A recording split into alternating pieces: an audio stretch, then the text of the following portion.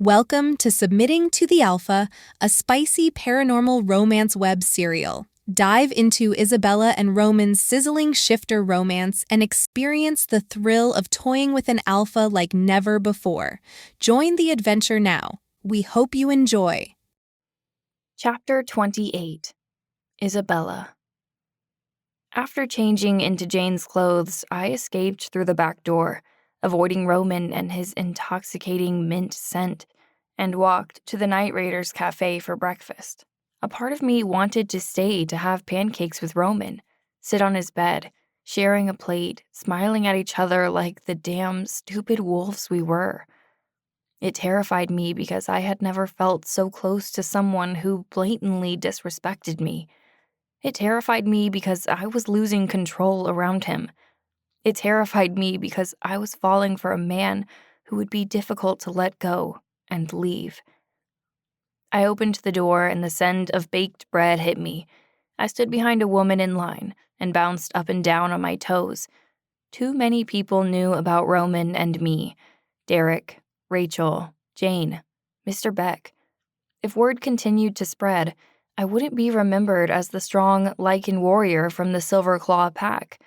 I'd be that girl who slept with her alpha. The scent of forest mixed with hazelnut drifted into my nose.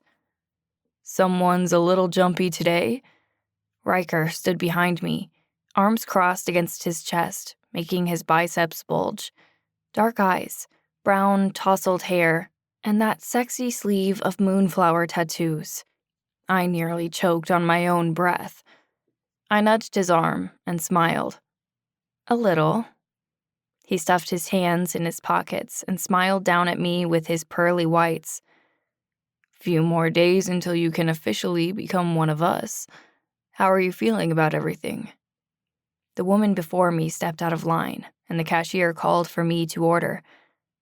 "I'm good," I said after stepping forward and asking for a coffee and a chocolate chip muffin. From behind her thick frames, the cashier gazed between us. "Are you two paying together?" "No." "Yes," Riker said, handing the woman a debit card. I wanted to protest, but Riker gave me a "don't you dare" look, and I pressed my lips together, taking it as a kind gesture from my soon-to-be leader. We grabbed our coffees and sat at a table in the corner of the cafe, near the windows.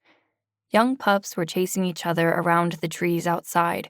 Small groups of people were walking up and down the path toward the cafe, and I hoped that nobody from my pack would show up. That would be hard to explain to Roman. "Any hesitations?" Riker asked, sipping his coffee. I shook my head. "Well, if you ever have any questions, I'm always available for a coffee date with you." He leaned back in his seat, eyes flickering gold.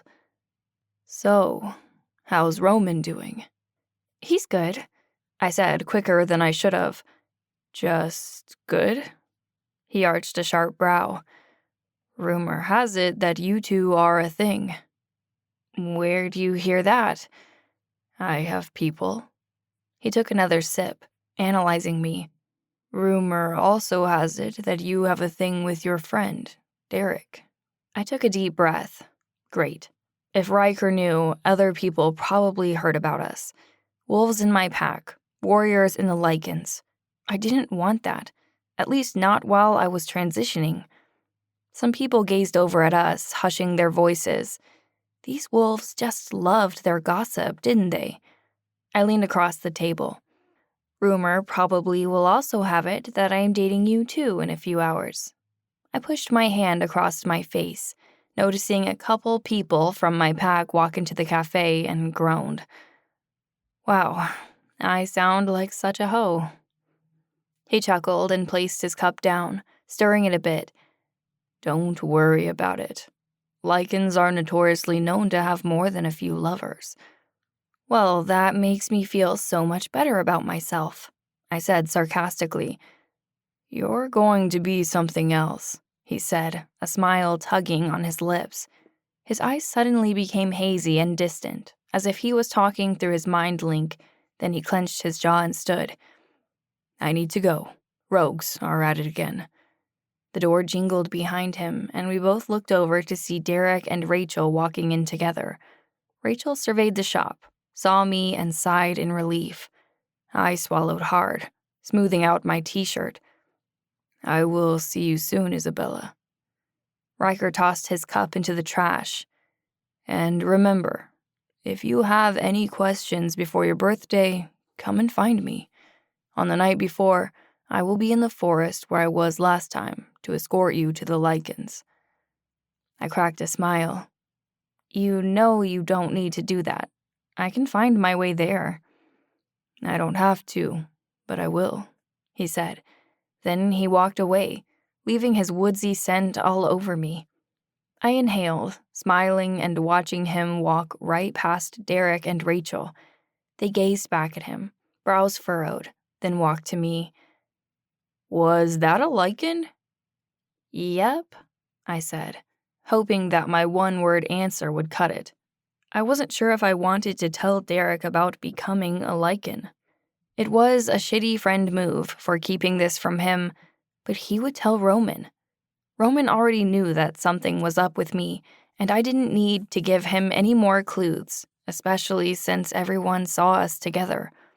Word would get around, whether I wanted it to or not, and Roman would ask Derek about it and fuck this all up for me. "What did he want?" Derek asked, sitting in his seat. He stared at me with those big, boyish eyes, like he had done so many times since we were kids, and being screamed at by Mr. Beck.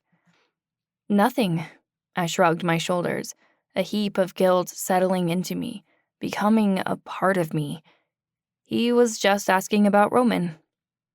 Derek eyed me, knowing that was a lie. I gnawed on the inside of my cheek. "Where were you today?" Rachel said before Derek could pry. "Everyone was so worried about you." My cheeks flushed. "I just needed a day off."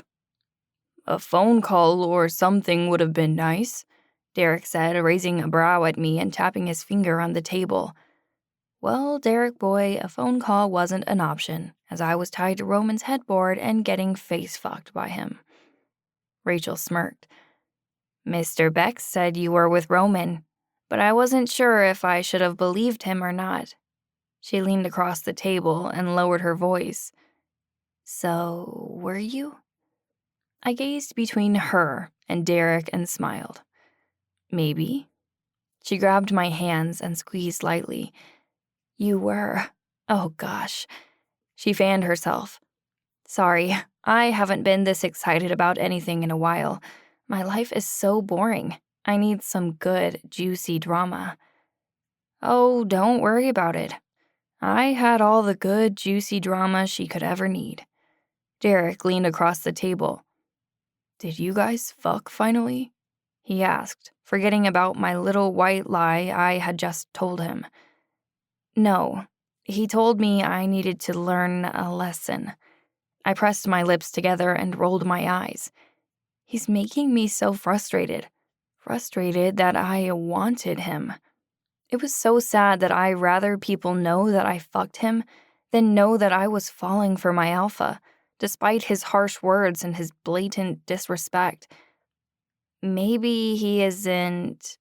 Rachel's cheeks flushed. "Well endowed, and is embarrassed." My eyes widened. "Oh, no, he is definitely well endowed." My fingers grazed against my throat, remembering how big he felt inside of it when he was thrusting it down my throat, when all I wanted was more and more and more.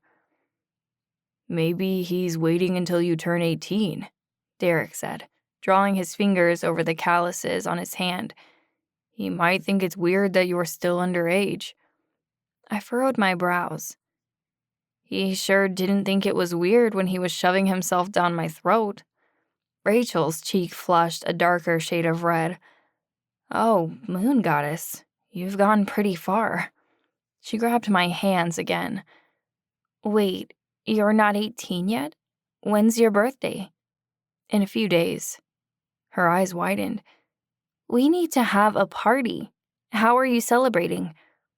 "A party?" I just planned on spending some time with Derek and my parents. I had never had a big birthday party before. I didn't even know who I'd invite. They started talking excitedly to each other, and I smiled sadly at them. Joining another pack for my birthday would be harder than I thought, and not just because of Roman. I would have to make new friends and try to stay in touch with the friends I had now. My frown deepened when I gazed at Derek. I hoped that I could find some time to hang out with him. Derek beamed at her, then at me. I'm throwing her a party at my place. Are you inviting Roman? Rachel nudged me. Maybe he'll finally make his move. She turned to Derek, bouncing up and down in her seat. Wait, do you think her mate is in this pack? Maybe her mate is that lichen she was just talking to. Mr. Beck would say differently. I shook my head. Mr. Beck doesn't know anything about my mate, I said. He was always thinking the craziest things. Later that night, I laid in my bed, trying to convince myself that this was the right choice, trying to convince myself that leaving Mom, Dad, Derek, Rachel, Dr. Jacobs, and Roman was the right choice. Leave them to achieve my dreams and goals. Could I do it? Could I leave for at least an entire year? Surely I wouldn't see anyone that often once I left. Riker had told me that lichens were busy all the time, with training at night, sleeping during the day, and hunting the rogues in our spare time.